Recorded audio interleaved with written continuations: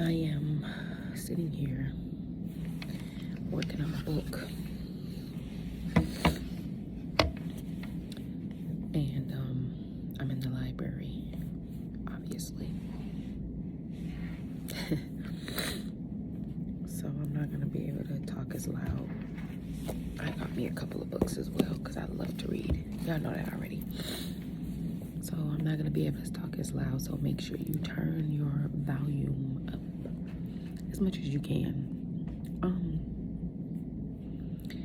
I was thinking about something, and I had to ask myself,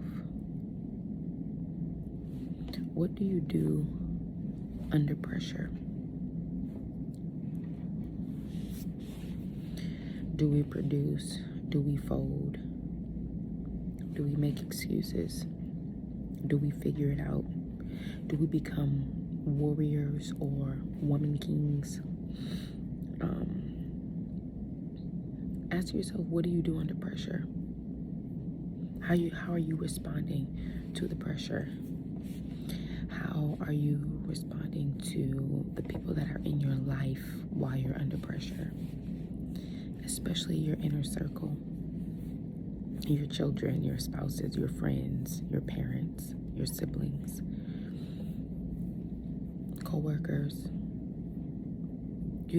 We could respond the wrong way to somebody at Circle K or get road rage. And hopefully that just lasts for a moment. But sometimes if we're under pressure and it's affecting other people, only you would know that.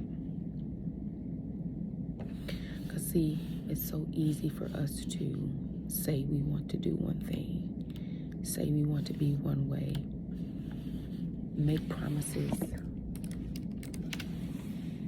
about what we want to do next time. But here's the thing, why do we always assume that there's going to be a next time? Why do we always assume that we'll have another chance, another opportunity? Why do we always assume that people are going to give us another chance, another opportunity? What is that we don't try to live life to the fullest? But in terms of doing the right thing, what if I don't have tomorrow? And we go to a lot of funerals and they preach about stuff like that and hoping that people turn their life over to God and all this other stuff. But how many times, whether you're at a funeral or not, how many of us remain the same after repeated situations?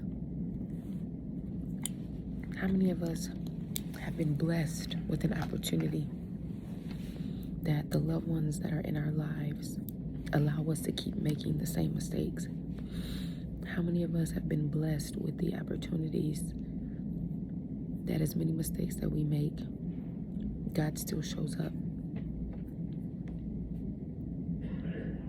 And so assessing the pressure that you're under, when you're under pressure, what do you look like? What do you sound like? How do you articulate? What's your body language? What are others perceiving? Are you finding reasons why you won't show up? You won't finally cross that off I finally figured this out. You can't check a box off because you're so filled with anger. Therefore, you display anger. You're so filled with unforgiveness. Therefore, you display unforgiveness. You want to have all of this success, but you don't want to be expected to do something. Do we want the bare minimum in life with bare minimum results? A lot of people want all of these things in life, but you don't want to be told how you're going to get there. You don't want to be told how you're going to obtain those things. Most importantly, you don't want to be told what you're going to have to go through. I was looking at this definition and it says of pressure, continuous physical force exerted and or against an object by something in contact with it. Now we know that is obviously giving you an example from object to object. But what type of force are you feeling from your lives? Is it stress? Is it anxiety? Is it depression? Is it that unhealthy relationship, that unhealthy friendship? Something going on within your family? Is it your children? What is giving you this pressure, this force that you're feeling like something is working against you? Something is causing you to come out of character. Something is causing you to not take a moment to say, you know what? Maybe I should do something different.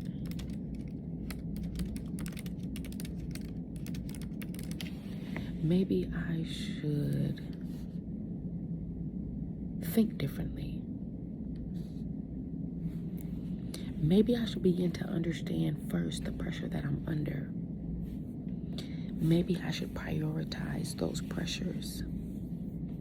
Maybe I should take my time before I speak, before I act. Just take a moment. Maybe I should realize in this particular situation, it won't change right now. So maybe I'm creating a pressure that doesn't even need to be there. Here's an example.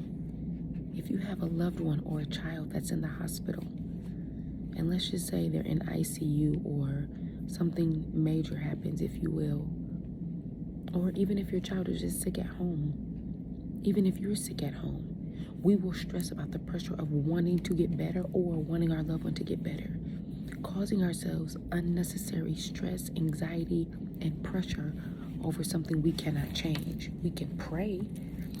We can make sure we're taking the proper medication. We can even do preventatives and still get sick. Dress warm, washing your hands, right? You can make sure that your children are taking their vitamins. They're taking their vitamins, but they still end up getting sick. But now you've dealt with the pressure of, oh my gosh, I have to stay home. I have to miss work. I have to take care of them. Then I'm going to get sick. So sometimes because of certain scenarios that happen in the aftermath, it causes us to respond in a way that maybe we shouldn't respond. You know why? Because we can't change it. And so I'm really learning to be mindful of how I respond to pressure. I'm learning to take a moment to ask myself, what are my stressors? What are the things that concern me? What are the things that I'm worried about? What are the things that I'm fearful of? What are the things that I'm unsure of? What are the things that I need to talk to somebody about? What are some of the things that I need to just let go? What are things that I need to forgive? What are things that I need to be a little bit more educated in? Am I helping myself? Am I training myself? Am I making myself knowledgeable? Am I putting myself around other people that can help me, that can sharpen me? Or am I just trying to do it all by myself? Or do I have people in my life that's willing to help me, but I'm rejecting them? See, we can play the game of scenarios all day long. But it's so important how we handle pressure. Because, see, everybody can do well when there's nothing going on.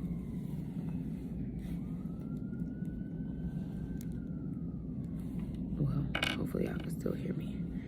My AirPod done fell out. Everybody can do well when there's nothing going on. Everybody can do well when you don't have to respond to anything.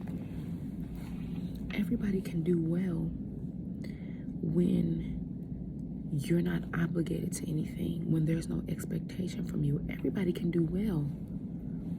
If we enjoying the day and everybody's having fun, everybody's on vacation, whatever the case may be, the holidays is around the corner, whatever the case may be, everybody can do well when we're not expected to do something.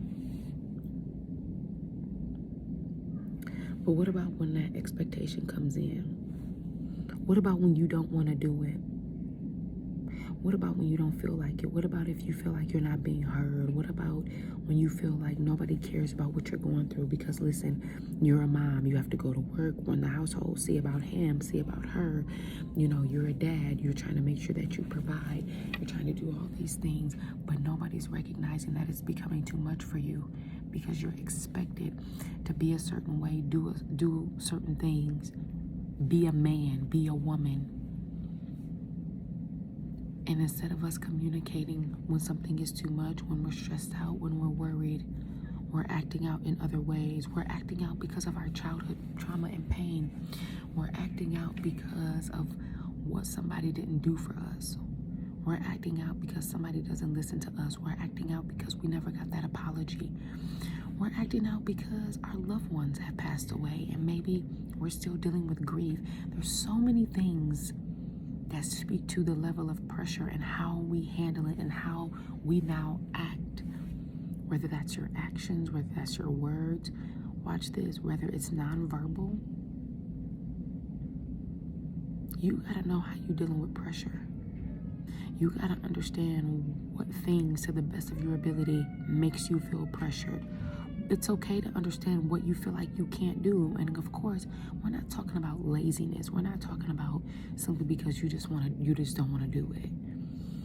But we're talking about when you're feeling overwhelmed and all of these other different type of emotions. How are you articulating that? Do you even have somebody to articulate to? Are you like me at times where you can be so independent? Are you like me at times where you feel like you could just do everything on your own? Who can help you? Because you are the answer. What do you do when you feel the pressure of you always have to be the answer? See, there's so many different forms that pressure can show up in. But what we have to assess is, do we know when we feel pressure? What are we doing to place ourselves in a place of a calm control, not trying to be controlling, but wait a minute, I'm not going to allow this situation to overtake me. Therefore, I'm acting out in my emotions. I'm acting out of fear. I'm acting out because of the unknown. What is it that I can control? Can I control the way that I think? Yes. Can I control what I feel? Yes, to an extent. So I have to be able to control what's in my control. I have to be able to control, am I doing what is necessary to stop myself from thinking certain ways? Or am I just hoping one day it's just going to start to happen? Am I actually doing something to help my way of thinking? Or do I think I'm just going to one day wake up and boom? Am I doing something to manage anger? Or are we thinking we just going to wake up and anger's going to disappear? Am I doing something to help deal with the fact that I have trauma bonds? Or do I think I'm just going to wake up and the trauma bond's going to disappear? Am I dealing with the fact that I'm in an unhealthy relationship? Or I'm thinking I'm just going to wake up and everything's going to be better? You got to ask yourself what you're doing. It's important. We will miss so many different things because of the way we handle pressure. I will miss so many different things because of how I can deal with pressure. I've watched people miss so many different things because the way they deal with pressure. And so then here's what we'll do. We'll make it seem like, oh, it's no big deal. I missed out on that situation, that job, that money, that person. No, it is a big deal. Because we like to say cliche statements like, if it's for me, it's going to be for me. Right, but if it's for you and you're doing everything to push it away, it won't stay to be for you. You'll miss it. Because if that's the case, we all can just act like banshees and still get what we want. But see, we'll convince ourselves that we can do what we want, act the way we want, not make any changes, not make any adjustments, not be reasonable, not do a self-assessment, not be accountable, not be respectful, and think that you can have all of those characteristics and all things good will still come to you. It doesn't work that way. You know how I know? Because why is it that when we go on job interviews, we try to be on our best behavior? We try to make sure that we're articulating the right thing. It starts when we filling out the resume. You don't just send in a blank resume, do you? So that goes to show that, well, if it's for me, it'll be for me. No, you still have to put in some work. You know, we say all these cliche things to hide behind the truth. The truth of the matter is, you just blew it. You just missed it. You didn't do right. But coming into that wherewithal helps you, because you might be able to go back and make it right. But that situation, that person, or whatever the case may be, it might not come back to you if you're showing up the same way. But that doesn't mean it wasn't for you. It just means something happened on your end, hypothetically, right? Because we're not here to talk about other people in this video. It just means you didn't do what you were supposed to do. And you can still move on with life. You can still, I even see people, hypothetically, they will mishandle a relationship. And I will watch them get into another relationship. And I've had them tell me, even in counseling sessions, I'm not saying I don't love the person I'm with. I'm not saying I don't care about the person I'm with. But I think about XYZ often, how I handled it. Had I done XYZ, I probably would be somewhere different. And I'm not saying that because it's a slight to the person they're with. Let's just be honest. That's how we think sometimes. Think about when you have to get a different job, and you think about when you had it good at your job, when they wasn't sweating you, stressing you, and you just was taking advantage. So we have to understand how we deal with pressure. We can't just keep taking advantage of people, taking advantage of situations, thinking we have all the time in the world. Because people gonna walk in and out of your life. Do you not know that even the right person can walk out of your life? Think about that. Do you not know that you can have a good job and you mess up the good job? Do you not know that you can be at the right season of your life and mess up the right season of your life? Because of how you're responding to the pressures, to the obligations, to the expectations, to the accountability, and so many other different categories. Think about, look at how the world is responding to different things. Celebrity couples, all the drama in Hollywood, all the drama all over the world. Some of that is linked to how we handle pressure. It comes out. See, everybody can talk a real good game when there's no pressure. Everybody can convince you, yeah, I got this, until there's the pressure, or until now you have to live up to what you said. Now it's, well, it's too much, I don't know, and da-da-da. We're not talking about communicating that from a healthy perspective. But see, when it's time for you to show up, we all digress. Right, I mean, everybody wants a healthy relationship until you have to participate in the healthy relationship. But guess what people say? I know one day I'm going to have this and I'm going to have... Are you? Okay. See, everybody want to make a whole lot of money till you find out what it takes to be a business owner. Because they're not in the green all the time. See, everybody want to have a long-lasting marriage like grandmama and them till you find out what grandmama really went through. Not what she made you see. Not what she pretended to show you. But what she really went through with Pops. With Pop, Grandpa. Old man. Whatever y'all call y'all grandfathers. See, a lot of us want to have that vacation till you find out what that couple had to deal with behind the scenes. A lot of us want to have children until you find out they had to have a couple miscarriages, until now you see the photo op on Christmas, but what you don't know is that's their second miscarriage, and now this is the fruit of them trying again. So don't be the person that's talking a good game under pressure. But when pressure show up, you know where to be found. For yourself, most importantly, first. Well, first for God, then for yourself, then for your family or whoever's in your inner circle, whoever that may be. Heck, it could be a dog for all I care. Because sometimes when we can't handle pressure, we come off as selfish, self-centered. We're not humble. We're groaning, we're moaning, we're complaining. All because you can't handle pressure. All because you want something so bad, but you forgot there's oftentimes a prerequisite to what you want, to obtaining it fully. Everybody starts off wanting a business, and I want it to be nationwide. Everybody gonna know me. Until you gotta be the business owner when everybody walks out. When everybody quit. Now you gotta work the warehouse, work the phones, answer emails, and deal with all the customer service because their orders ain't coming in. Pressure. See, everything sounded good when you was a kid. Now that you're a parent, pressure. Now you have kids. Now you see the pressure your parents was under. So now what you thought was so bad don't seem like it's so bad because now you have to deal with it. Now you see why mama, grandmama, and them, Annie and them did what they did. I'm not saying I'm condoning everything that they did, but see, now you the parent. Pressure. Now you want to get into that relationship until they don't do what you like. Pressure. Now you want to get into that relationship until you're no longer attracted to the person because y'all going through something. Pressure. Now you expected to show up financially, save your money, put a plan in place so you're not continuing to be broke or in a poverty mindset. But it's going to cost you something to be able to understand how to save, what investments to make. Pressure.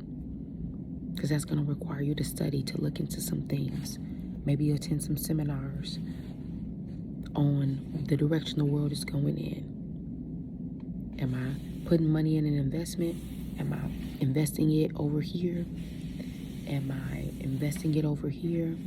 Am I moving over to Bitcoin? Am I pressure?